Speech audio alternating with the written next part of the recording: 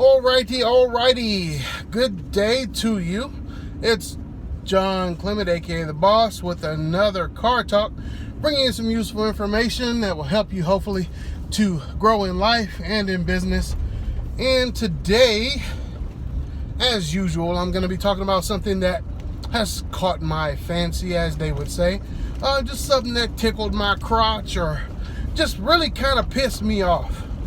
And it's really talking about why our country, the people of our country, and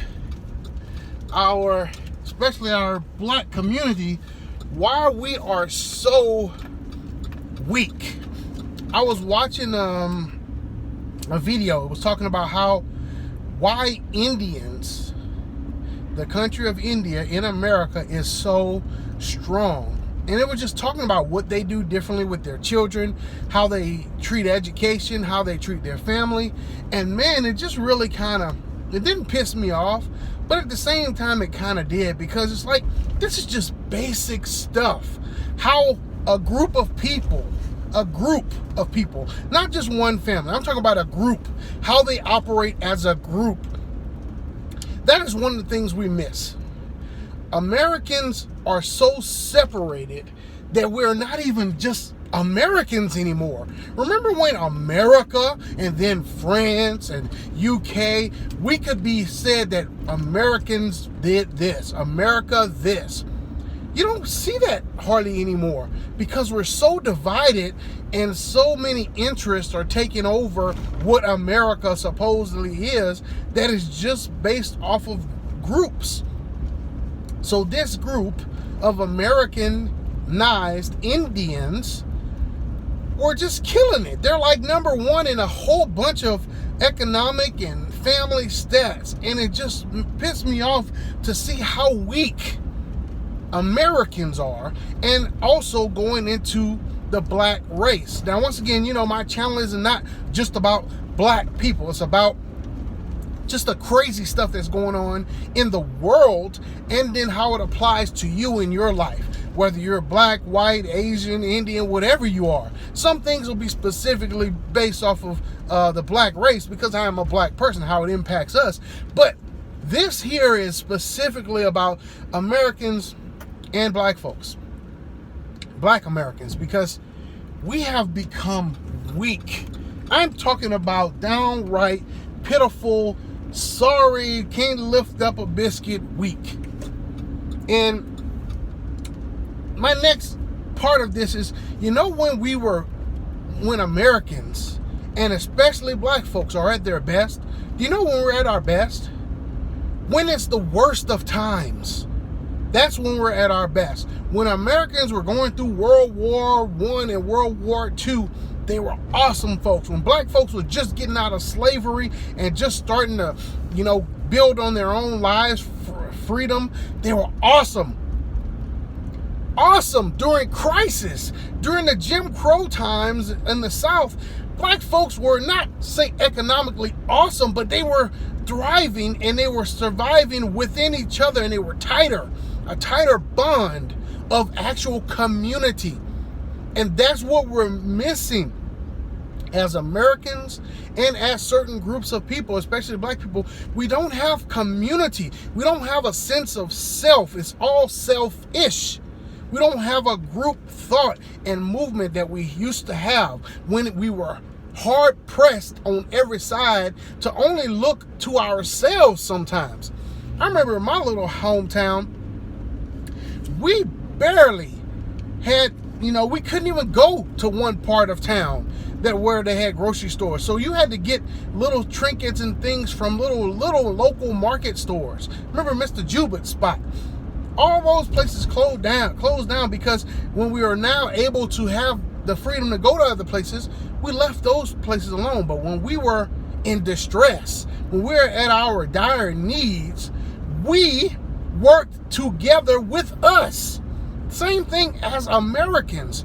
When there's stressful times as Americans, we worked together for war, epidemics. When even you talk about when the settlers were moving to the West, They worked together, and these were strong ass people.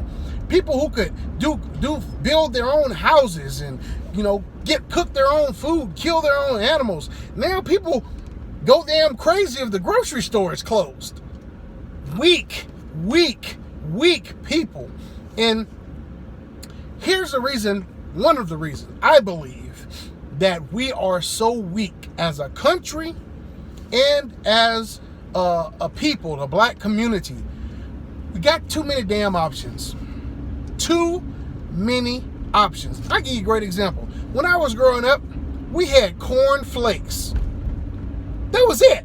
Corn flakes. It wasn't no Tutti Fruities. It wasn't no Bama Whammas. It wasn't no Rice Krispies. Most times, all we had up there was corn flakes. We had bread and we had syrup. Pretty much it. So what happens when a person has too many options? They start being choosy, bougie. Sometimes I like to call people bougie who tell me they got, well, I don't really feel like this, or I don't have a taste for this, or I don't really. That's a bougie ass sound, because when you didn't have nothing, you would take whatever. Me and my grandson, we have some of the little discussions about this, where when he wants to eat something, it has to be a certain thing. Oh, I only eat chicken nuggets. Oh, I don't eat the skin on the chicken. Or I don't do this. And it's like, what the hell? What the hell? What has happened? Too many options makes people spoiled. We didn't have too many of any video games when I was growing up. The person who had the video games, the one guy, we used to all try to get to his house to play it every now and then. That was it. Now everybody got a video game in the palm of their hand. So it's not something to strive for. It's not nothing special. And people believe they're supposed to have it. That's where the biggest issue, I think, comes in for me. People they believe they're entitled to certain things. They're entitled to have a bunch of variety of food. They're entitled to have the stuff that they desire. No, you're not entitled to nothing. You're entitled to the pursuit of it. That's what the Constitution says. The pursuit of happiness. It doesn't say you're going to be happy. It says you can pursue happiness. But everybody thinks you're supposed to have it. And we're so weak and so coddled and don't have any backbone to where we whine and complain about stuff that other people will kill for. Folks in Africa would kill to have some of the food that these kids throw away. Folks in some of these other poor third world countries would kill to have opportunities that Americans just kind of throw away. Oh, I don't want to work at McDonald's. Oh, I don't need to do this. And the state is actually promoting the weakening of our people. Now, I'll tell you why. I'm going to say why. Let me tell you how. I'll give you some instances of how. Anytime you get something for nothing, that's promoting weakness. You didn't do shit to deserve it. So why do you think you need it or you should get it? Because what happens now, when you get it for free, you expect it for free.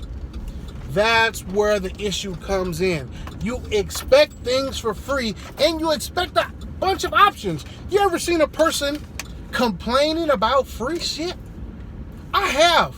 I can't believe it sometimes. But people will actually complain about getting stuff for free. Oh, this is not really the one I wanted. Oh, what the hell are we talking about? What the hell have we come to? We are so weak, so coddled as a country, and especially, I'm going to tell you, as a black person, I feel we are so coddled. Me and a buddy of mine had a big discussion about that. How we believe that we thought we were giving our kids more options, but we made them weaker. We made them a weaker people because of all those options. So, we're weak. Americans weak. America is weak. And the black race is weak for sure. It's just this hard for me.